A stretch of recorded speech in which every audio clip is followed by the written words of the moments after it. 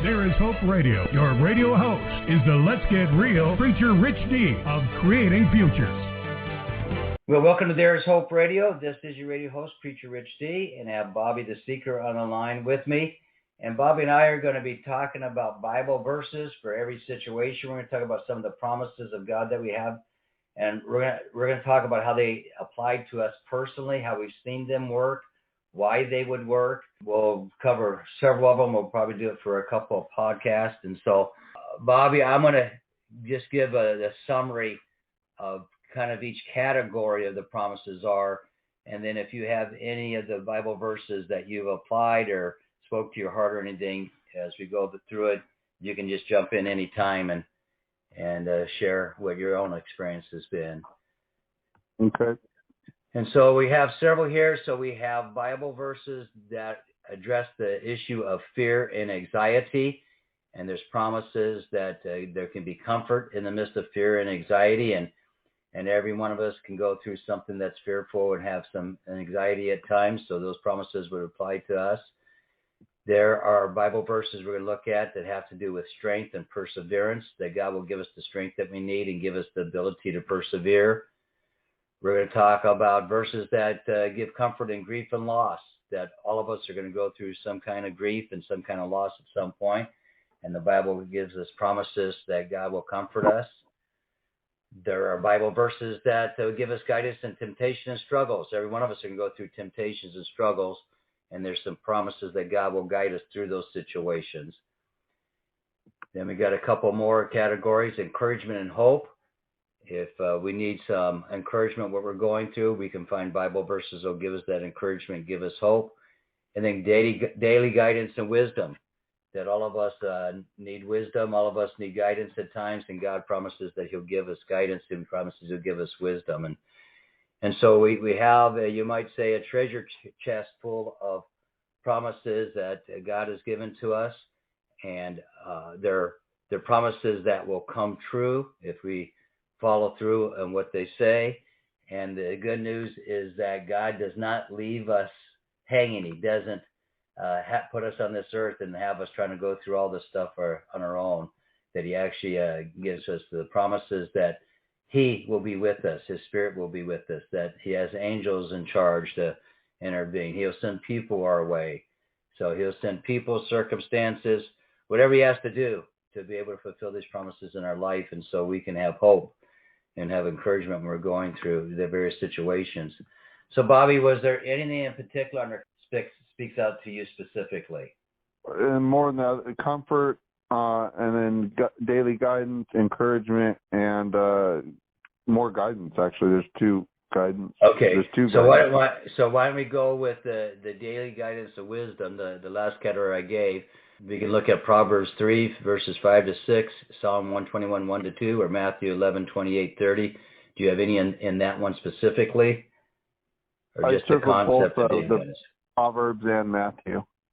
Okay. I like the Proverbs, the first one, because but I really like the Matthew one. I like both of them a lot, but Proverbs 3, 5, 6. All right, so Proverbs 3, verses 5 through 6, it says, "Trust in the Lord with all of your heart, and lean not on your own understanding. In all your ways submit to him, and he will make your path straight." So the guidance that's guaranteed to us, if we follow certain principles, that God will make our path straight. So we won't have a crooked path of walking with Jesus. And so I'll share a little bit, and then you can go ahead and share what it means to you. So it says that he will make our path straight. I hear Christians all the time say, well, the fact we do a home group, and one guy says this on a regular basis, and I think he's learned that I'll just keep confronting him when he does it because I don't like it. And he talks about, well, our Christian walk is up and down. We go really up and we go really down, and it's not straight. And we all have crooked paths. And then every time he says, I say, I agree. Sometimes our walk with God can go up and down, but it shouldn't be peaks and valleys. It shouldn't be massive swings. And yes, we may not have a perfect walk, but it shouldn't be a crooked walk that's going side by side and every which way. And I've actually said to him the last time around, I said to him, I'm not sure why that you want that to be how we identify our lives as Christians. We should identify our Right. lives that through God's grace, through His guidance and direction, that we can have a straight path. Taking a right turn or a left turn is not a crooked path. God may have us to take a right turn or a left turn, but He's not going to have us to do a right turn, left turn, right turn, left turn, up, down, everywhere around. If we have that kind of a walk, that just means we're not walking with Him. It just means we're walking according to the flesh. It means we're just doing our own thing. That is not the will of God for us to be bouncing all over the place. His desire is for us to have straight paths, or when He says make a right turn, we make a right turn. He says make a left turn, we make a left turn. If He tells us to turn around, go in reverse, we do it. But it's by His leading, not by us living by emotions. And that's really what normally happens is when you live by emotions and feelings. That's when you have that up and down and back and forth and crazy crooked paths, is because you're living off emotions instead of His word. And you're living off of your free will instead of out of obedience. So now I've kind of given a summary of that. I'll read it again and then you can share. So it's Proverbs 3, verses 5 to 6. Trust in the Lord with all your heart and lean not on your own understanding. In all your ways submit to Him, and He'll make your path straight.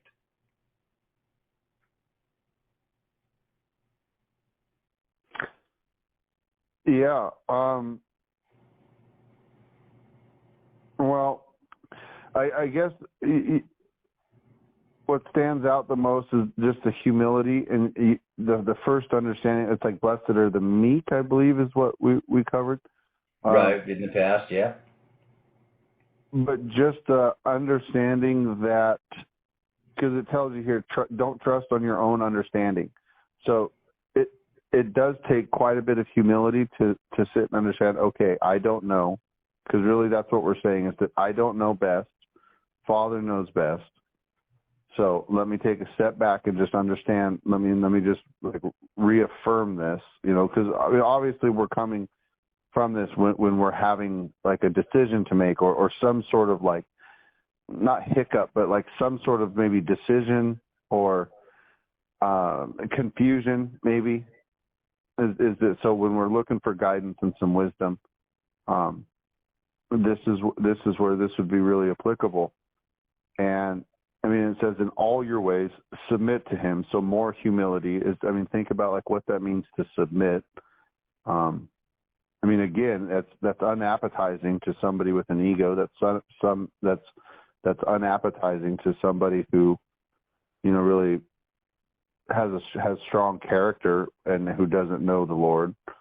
Yeah, so let's take that for a second, because it says trust the Lord. So you're trusting in somebody else than you. It says lean not on your understanding. So you're leaning on somebody else's understanding instead of yours. And it says submit your ways to Him. So you're submitting to somebody else. And then the promise of your paths are straight. And what you're saying is all of these commands, recommendations by God it's totally counter to what the natural man would think and see and do. Would that be a good summary? It goes against our ego, right? Yeah, it goes against our ego. So, but also, I love this so much because I understand the immense amount of strength that it takes to do this. And it's like, it's just funny because it is kind of funny because it's like, well, when I submit, that seems weak, like to somebody who's just reading it, but it's so strong. Well, who are you submitting to? Be able, right? The King of Kings.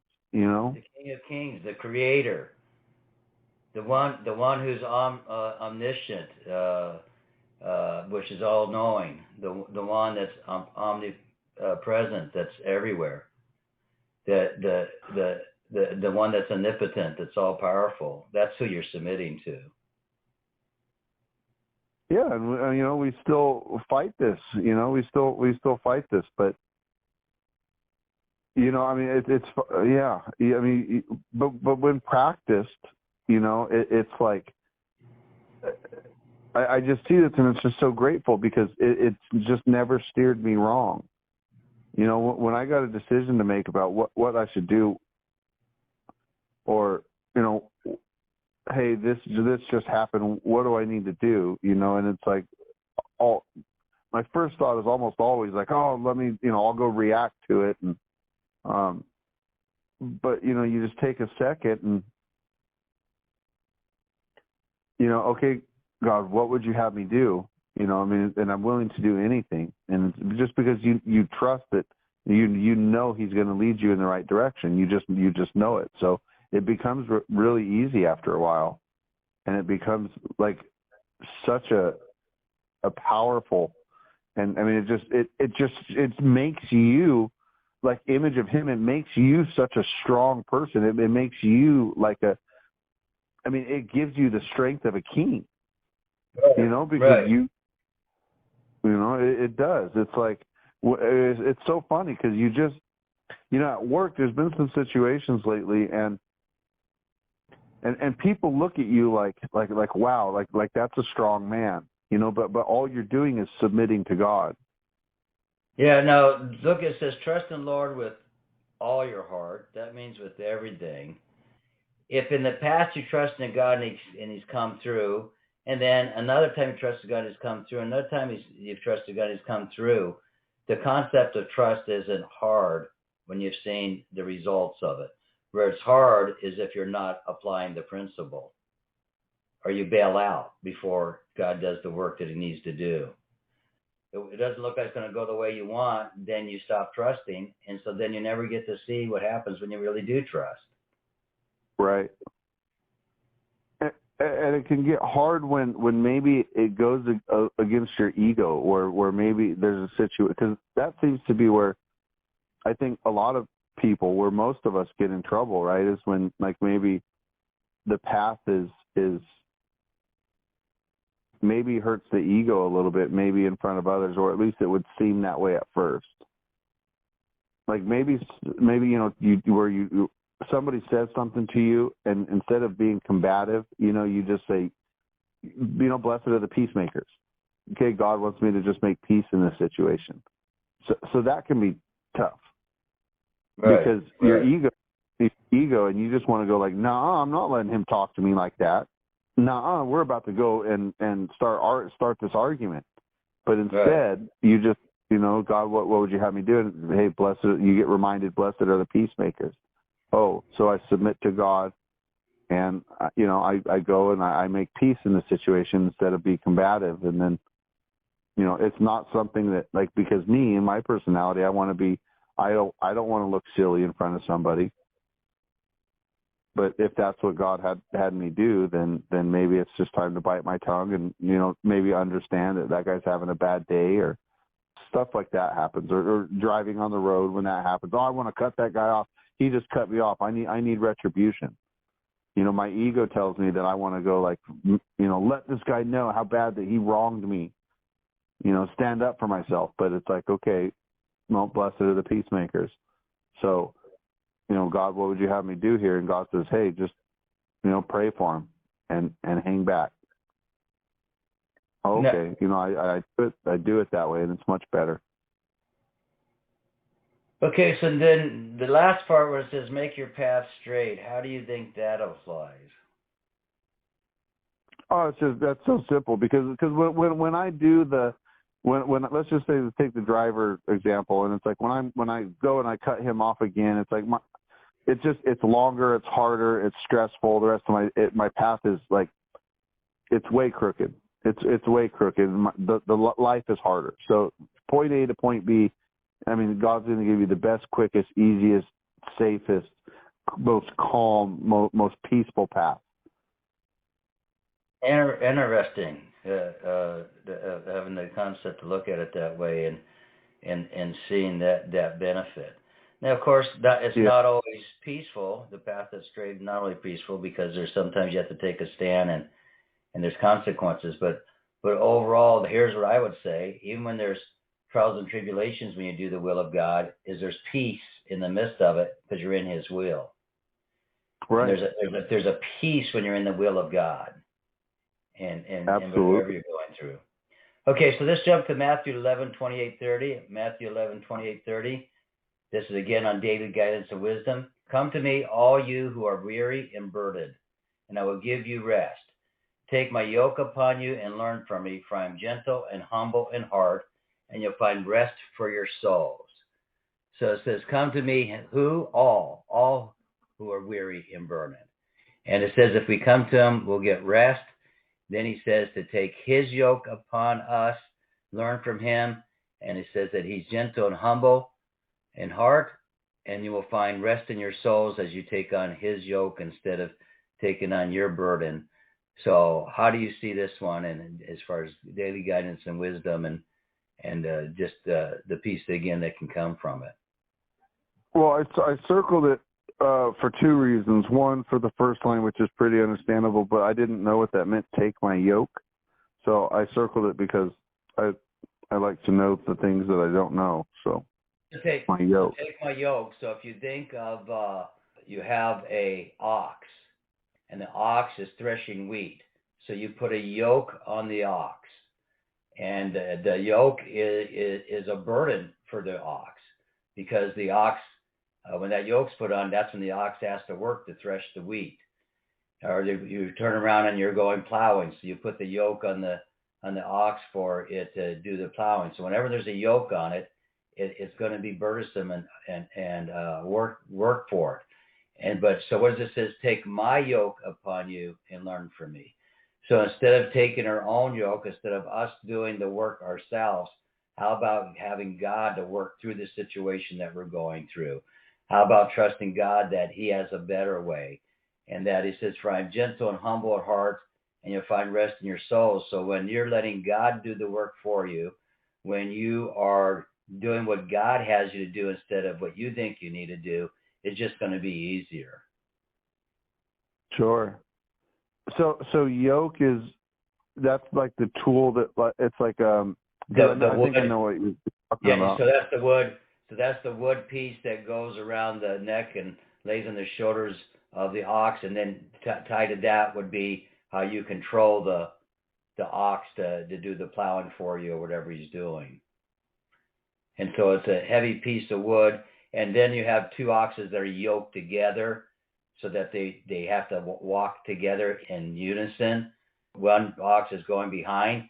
The ox that's going behind the other ox that's in the front, what is going to happen? He's going to pull the other one to line up with him as he's working, so that they're working together. And so it could be even taken as we have a job to do, and God is there with us, and he's walking right alongside of us. And he's saying, here, I'll take the heavy load for you. I just can't picture what this yoke is. The yoke is what's on the shoulders. So it could be that you have that yoke on the shoulders, and then at the end is the blade that you do plowing. Or it could be the yoke is tied to a piece of wood that goes to something in a circle. So the ox keeps walking around in a circle, and he's moving a grinding stone to grind the wheat. And so right. The yoke, the concept of the yoke is it's making you have to work. Right. And so, okay, so now I get it, because when it said, like, take my yoke, I just, so that's saying that, like, let God take my yoke. It doesn't mean that God has a yoke and he's giving you a yoke to wear.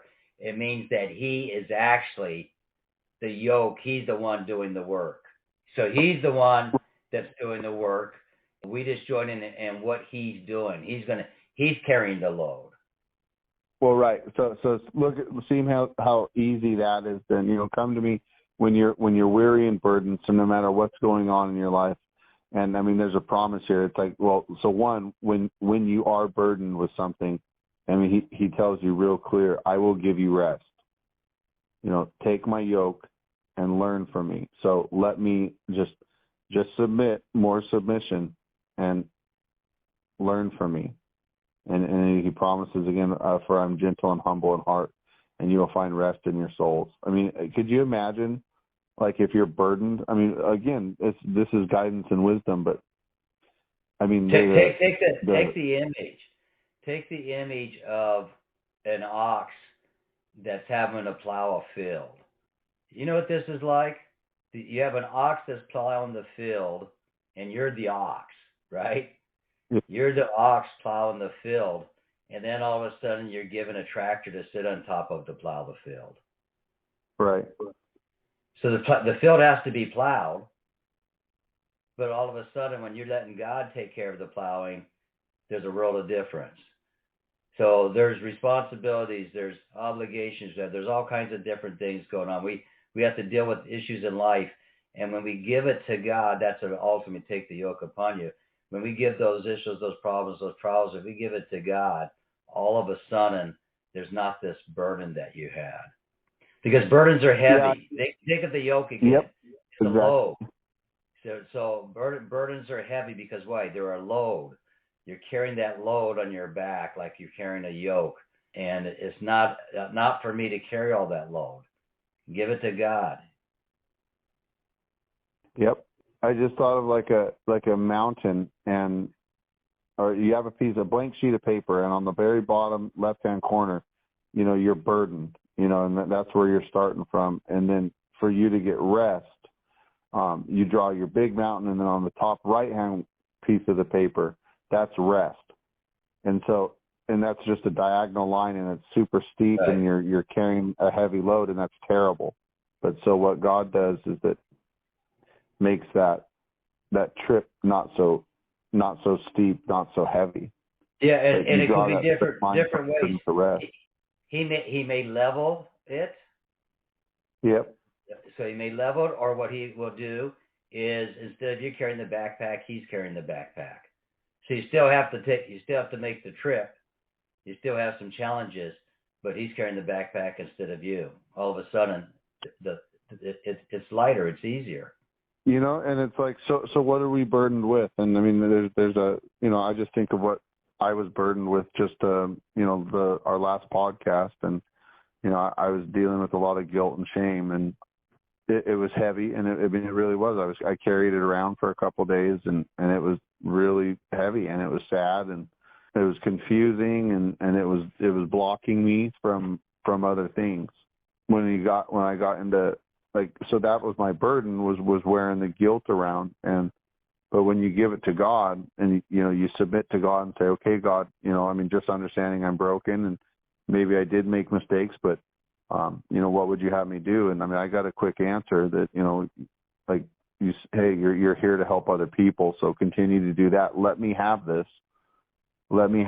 and you go do what I need you to do, and I'll take care of it. And I stand a free man today.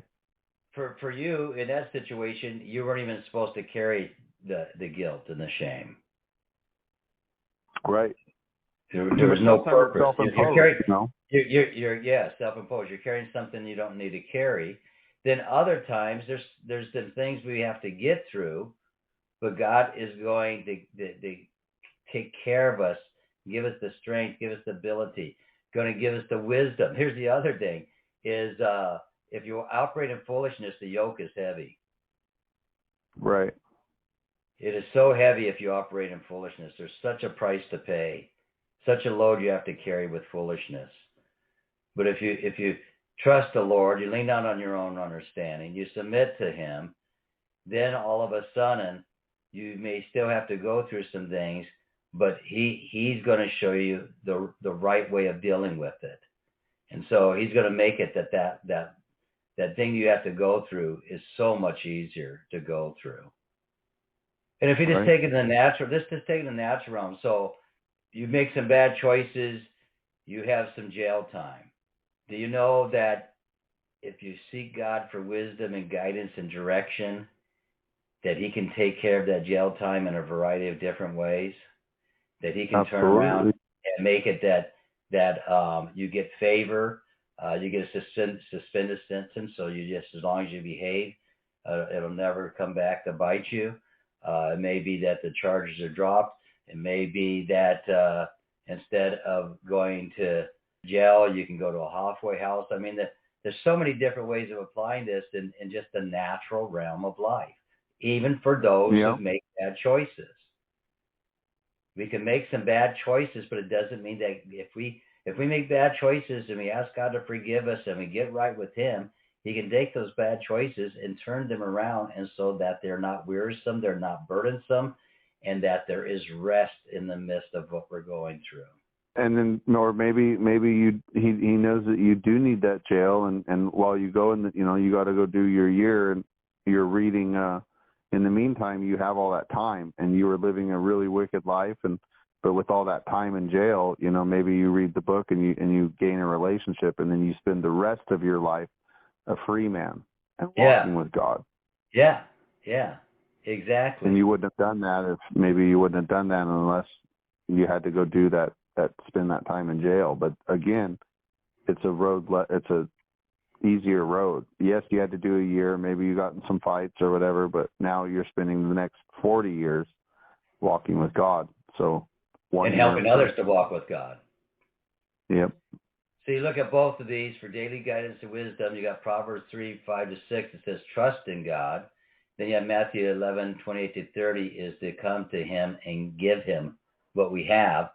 So guess what? They might both apply. It might be that you need to lean on him, trust in him, and then he says, I got something for you to do that'll make it easier for you. So again, you can't go wrong if you trust in the Word. You've been listening to There Is Hope Radio. All advice and counsel given was for informational purposes only. To listen to There Is Hope Radio podcast, obtain show transcripts, or to keep There Is Hope Radio on the air, go to creatingfutures.org/There Is Hope. That's creatingfutures.org/There Is Hope.